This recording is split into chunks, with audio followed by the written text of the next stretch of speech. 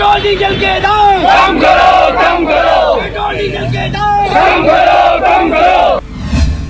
तेल में आग, बढ़ती महंगाई, 11 दिन होगी देशव्यापी लड़ाई।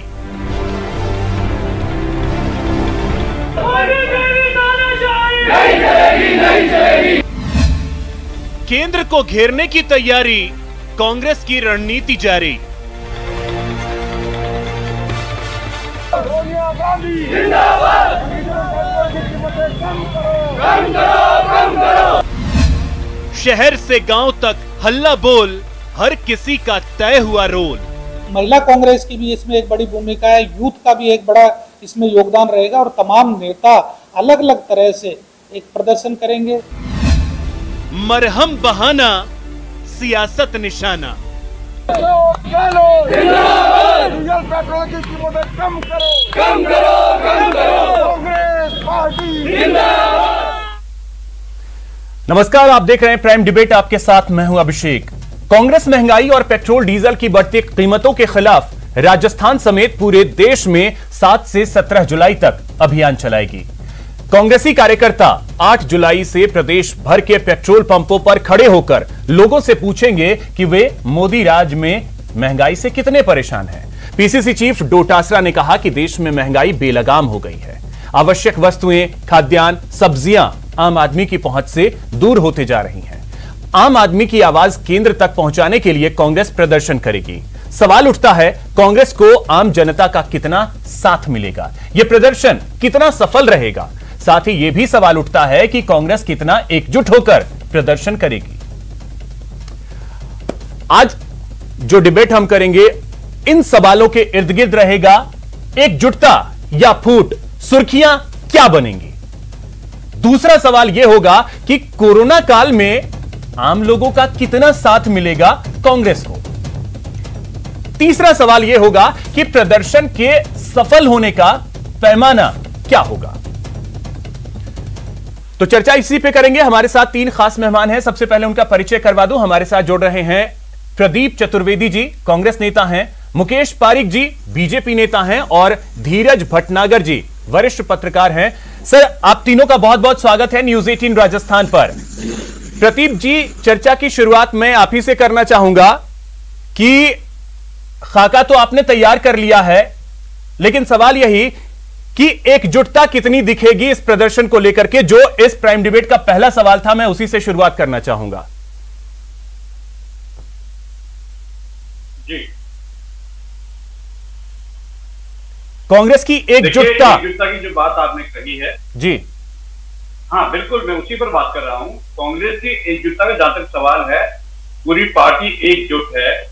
और जो बात आप कह रहे हैं उसमें सबसे बड़ी बात यह है कि पार्टी के अंदर, अपने अंदर जो भी मतभेद हो सकते हैं वो बातें होती हैं, हर पार्टी में होती है, ये कोई नई बात नहीं है। पार्टी में अब विद्रोह को लेकर बात होती है, लेकिन जहां तक बात विपक्षी पार्टी को लेकर बात है, कांग्रेस अस्तित्व की बात है, और जो बात आज प्रदेश ने कही है कि महंगाई के विरुद्ध वो जो एक आंदोलन चलाएंगे, इस मसले पे तो सारा राष्ट्र एक है।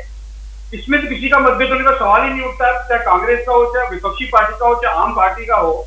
इस देश के सभी लोग इस बीमारी से त्रस्त हैं। और इसकी मूलभूत बात यह है अभिषेक जी कि जब तक पेट्रोल और डीजल के दाम इस देश में जब तक नॉर्मल नहीं होंगे, नीचे नहीं लाए जाएंगे, तब तक ये महंगाई काबू आने वाली नहीं है। क्योंकि प्रदीप जी, मेरा सवाल इसलिए भी था क्योंकि कांग्रेस के पिछले प्रदर्शनों की स्थिति को आप देख लें, वहां कितनी एकजुटता दिखी थी। साथ ही यह भी बड़ा सवाल है कि जनता को मरहम लगाने की वाकई कोशिश है या फिर निशाना कुछ और है?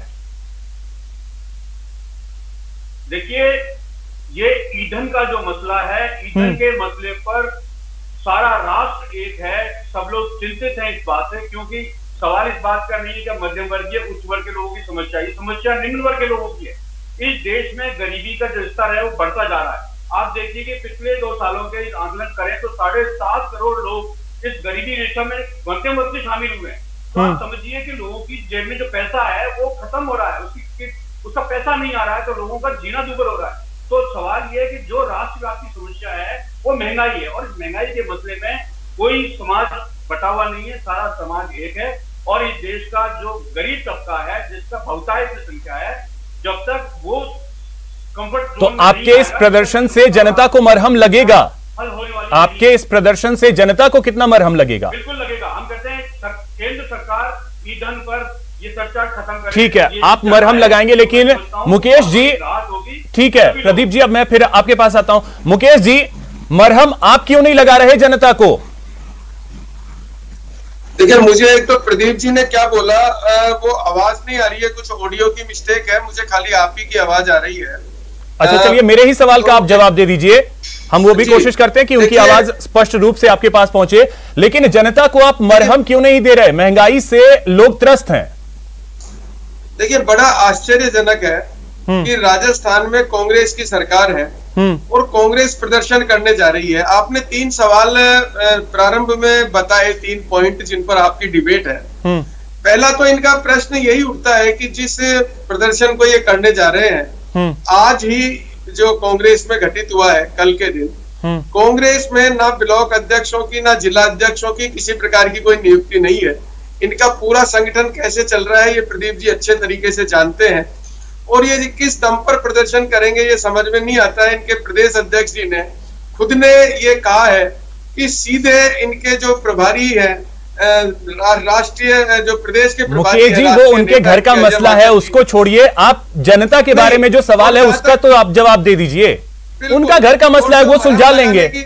मरहम लगाने की जो बात है, हाँ। तो इनको तो कोई अधिकार ही नहीं है प्रदर्शन करने का। राजस्थान की सरकार स्वयं, आज देखिए बिजली की दरों का क्या हाल है, बिजली के बिलों की इन्होंने क्या स्थिति की है।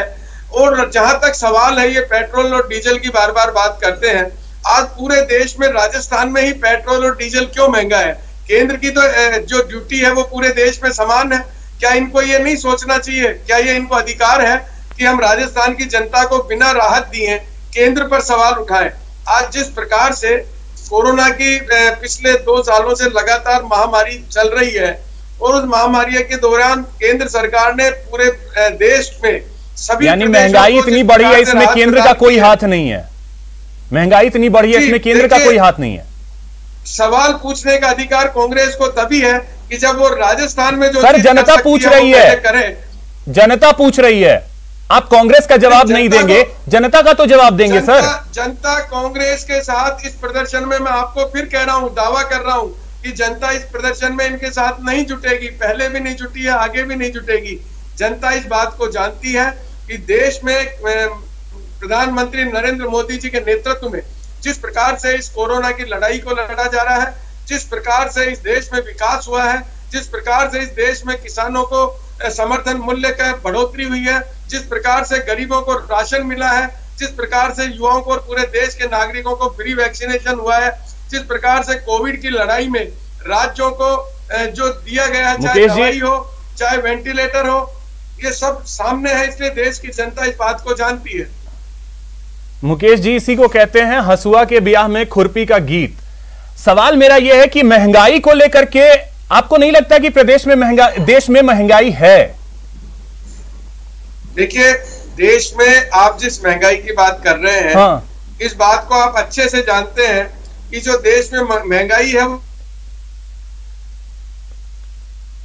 कारण से है, ये आप किसी से छुपा हुआ नहीं है। आज मेरा सिर्फ ये सवाल है कि जो पार्टी ये प्रश्न उठा रही है, जो चीज उनके हाथ में है, जो वो कर सकते हैं, वो क्यों नहीं कर रहे हैं? ठीक है मुकेश जी, आप इस बात को स्वीकार ही नहीं कर रहे हैं कि महंगाई है। तो प्रदीप जी, अब देखिए, इसमें बड़ा सवाल यह भी है कि जो इस वक्त के हालात हैं, उस वक्त में आपने प्रदर्शन की बात कही है, अब ऐसे में आम जनता का कितना साथ आपको मिलेगा सर? क्योंकि भीड़ इकट्ठा करनी नहीं है, तो फिर जनता कैसे आपके साथ खड़ी होगी इस प्रदर्शन में? अभिषेक जी, बड़ी हास्यास्पद बात है कि इस कोरोना काल के पिछले 1 साल के पीरियड में अगर आप आर्थिक तंत्र की बात करते हैं, इस देश में 2 सेक्टर्स की कमाई बढ़ी है। उसमें एक, केंद्र सरकार को जो टैक्स मिला है ईंधन पर, वो पिछले 1 क्वार्टर में 28,000 करोड़ रुपए का इन्होंने लाभ अर्जित किया है, मतलब उनके पास पैसा इकट्ठा हुआ है। और दूसरा सेक्टर है कि इस देश में 2 ही उद्योगपति हैं, अडानी और अंबानी, या उनकी संपत्ति बढ़ रही है। तो कोरोना का इंपैक्ट सारी सोसाइटी पे तो पड़ रहा है, लेकिन इन 2 सेक्टर पे नहीं पड़ रहा है। क्या सरकार ने हमको इसमें सुविधा दी? क्या ईंधन में कोई कमी की? जबकि ईंधन के चार्ज, पेट्रोल के चार्ज, डीजल चार्ज निरंतर बढ़ते रहेंगे। सरकार ने गरीब की जेब से वो पैसा निकाला है। तो सवाल ये है कि अगर देश पर ये आपदा आई है और जब सारा समाज, सारे लोग देश में, प्रदीप जी मेरा सवाल आपने शायद नहीं सुना। प्रदीप जी शायद मेरा सवाल आपने नहीं सुना। जनता आपके साथ कितनी खड़ी होगी, कितना भीड़ इकट्ठा करेंगे आप? जनता इस ईंधन, अभिषेक जी, जनता इस ईंधन के मूल्य को लेकर इतनी परेशान है कि उनकी जेब में पैसा नहीं है, मजबूरी में वो लोग। आप देखिए कि अब साइकिल का दौर वापस इसलिए आ रहा है कि लोग परेशान हैं, उनके पास ईंधन के पैसे जेब में नहीं है। तो सर सबसे ज्यादा वैट कहां लगता है? क्या कह रहे हैं? पेट्रोलियम पदार्थों पे सबसे ज्यादा वैट किस राज्य में लगता है सर? ये समझ में आने वाला नहीं है। प्रदीप जी सबसे ज्यादा वैट किस राज्य में लगता है? पेट्रोलियम पदार्थों पे सबसे ज्यादा कहां लगता है? सवाल देखिए, जहां वैट की बात कर रहे हैं, राज्यों के पास उनके सीमित साधन है। आप समझिए कि पूरे देश से जो टैक्स का पैसा ईंधन पर आ रहा है, वो केंद्र सरकार के पास तो बल्क पैसा आता है, पूरे देश से पैसा, देश के सारे 30 राज्यों से पैसा आता है। तो कितनी बड़ी राशि इकट्ठी होती है। लेकिन सरकार ने इस आपदा प्रबंधन में, आपदा के दौर में, तो सर मेरा सवाल इसीलिए तो था कि मरहम वाकई में आप लगाना चाहते हैं या सिर्फ और सिर्फ निशाना कुछ और है? क्योंकि वैट आप कम कर सकते हैं, पूरे देश में सबसे ज्यादा वैट यही लगता है। तो वाकई में आप जनता को मरहम लगाना चाहते हैं या नहीं? साधन सीमित होंगे। अभिषेक जी समझिए, हर राज्य की अपनी अर्थनीति है। जिस प्रदेश में साधन सीमित होंगे, वहां पर जिस सेक्टर से पैसा मिल सकता होगा वही लेने की बात है। हालांकि मुख्यमंत्री बार बार कह चुके हैं कि हमने इसमें कम किया है। ऐसा नहीं है कि पहले हमने 2% कम किया है, ऐसा नहीं है हमने। और मुख्यमंत्री संवेदनशील है, उन्होंने बार बार कहा है कि केंद्र इस पर कर कम करे, कर कम। अगर केंद्र करेगा तो राज्य सरकार भी पहल करेंगी। ये देश का भी समस्या है, केंद्र को इस पर पहल करनी होगी और आम लोगों को ये राहत देनी होगी। ठीक है मुकेश जी, आप तो सिर्फ एक इस धीरज जी, क्या आपको मेरी आवाज मिल रही है? धीरज जी शायद हमारे साथ, धीरज जी आवाज मिल रही है आपको?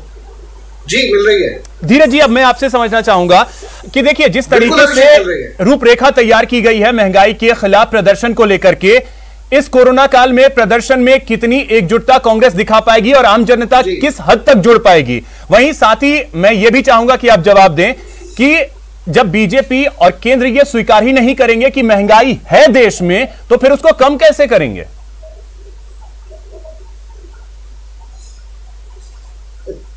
अभिषेक, आपने देखिए जो अभी बाद में बात बोली, ये सबसे इंपॉर्टेंट है।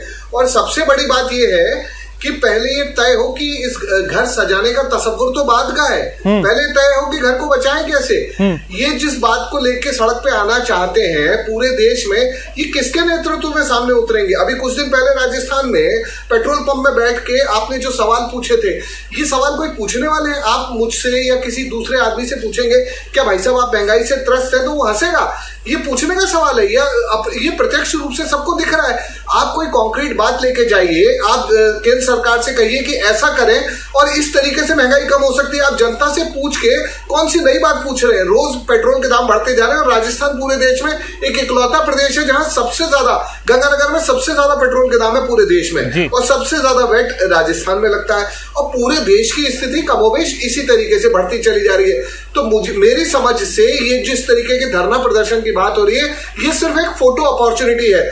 जनता के बीच में एक ऐसा महत्वपूर्ण मुद्दा इतने कमजोर लोग लेके जाएंगे जिसका कि सिर्फ एक माहौल बन सकता है, या आपको फोटो अपॉर्चुनिटी मिल सकती है। 2-4 दिन के लिए अखबारों में आ सकते हैं कि कांग्रेस ने प्रदर्शन किया, लेकिन इसका होना जाना कुछ नहीं है, क्योंकि बीजेपी सुनने वाली नहीं है कहीं महंगाई है।